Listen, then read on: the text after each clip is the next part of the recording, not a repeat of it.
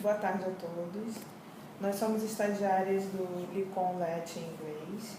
Estamos aqui com a nossa coordenadora Janaína Cardoso para conversar um pouquinho sobre aprendizagem na terceira idade. Boa tarde, professora. Boa tarde, boa tarde. Vai ser mais uma conversa, um bate-papo, né, do que uma apresentação. E é um prazer para mim. Quem vai começar? Professora, eu já li algo sobre a idade ideal para aprendizado de uma outra língua, girar em torno de 13 anos. Isso é mito ou tem fundamento? Durante muito tempo acreditou-se que quanto mais jovem o aluno, mais fácil seria o aprendizado de idiomas. E as razões estavam muito ligadas aos fatores biológicos.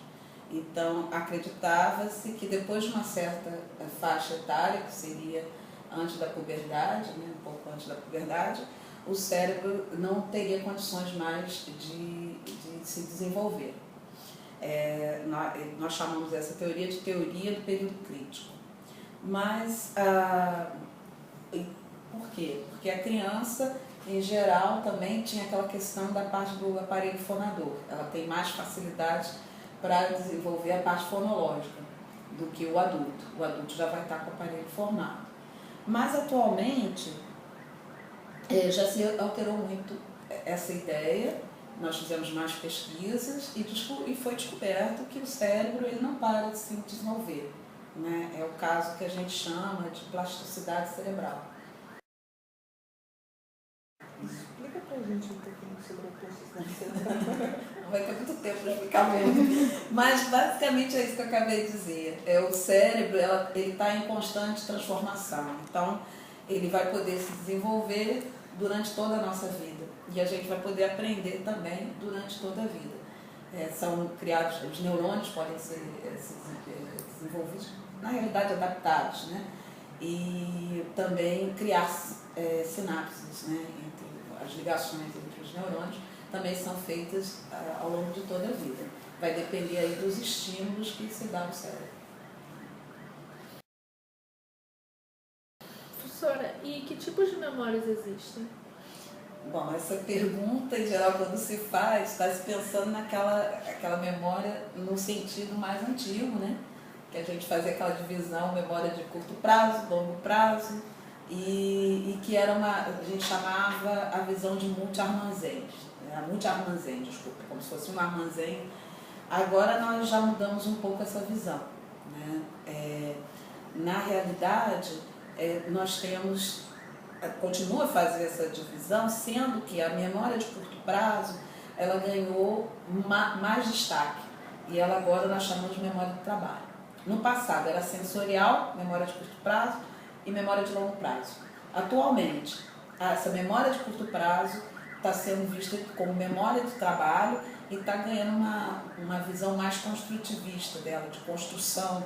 Então você vai guardar, mas cada coisa que você guarda, você vai guardar também de uma forma subjetiva, por algum motivo.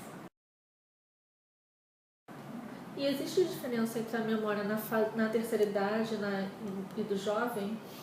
Aí, eu sempre falo um pouquinho da memória como a biblioteca, acho que eu já falei um pouquinho disso antes, né? A memória, a gente guarda na memória, a memória ela é seletiva. Então, se você fosse pensar na memória como se fosse uma biblioteca, a metáfora da biblioteca, os livros eles seriam guardados, os livros que não são muito usados iriam para trás da estante. E os livros mais usados viriam para frente, seriam mais fáceis de se pegar. Só que esse atrativo dos livros mais utilizados, eles podem variar de pessoa para pessoa. Pode ser o livro que é mais rasgado, o livro que está mais novinho, o livro que tem mais figura, o livro que tem menos figura. Então vai depender de como passa por essa memória do curto prazo, que seria a memória de trabalho, para ver como ela vai ser guardada lá. Aí eu vou ligar com a sua pergunta do pessoal da terceira idade. O que acontece? Muitas vezes a gente vê que uma pessoa lembra lá da infância, né? Mas não consegue lembrar do curto prazo. Porque, na realidade, a memória de trabalho ela é muito rápida, ela é muito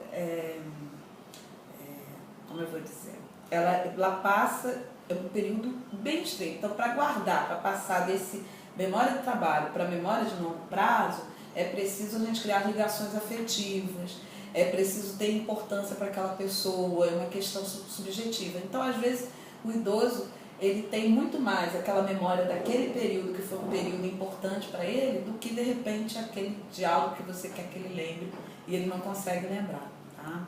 E a outra coisa que eu esqueci de falar da memória é que a memória ela não trabalha só com informação, ela trabalha com experiências também. Então a gente vai guardar melhor, às vezes, uma situação por uma dada experiência que você tem. E trabalha tanto com a parte semântica, visual e fonológica. Tá? E qual o papel da aprendizagem na terceira idade? Bom, também está ligado à memória.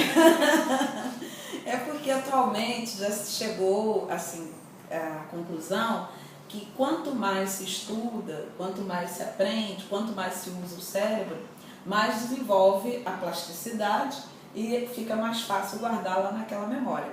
Então, o aprendizado na terceira idade, ele não é só uma questão social, né? Porque as pessoas acham que ele vai lá só brincar. Não é só isso, não. Vocês vão ver depois, né, nos resultados lá da nossa pesquisa, que são por vários motivos, né? Mas um dos motivos tem a ver com essa parte do desenvolvimento. Quanto mais você estudar, melhor você lembra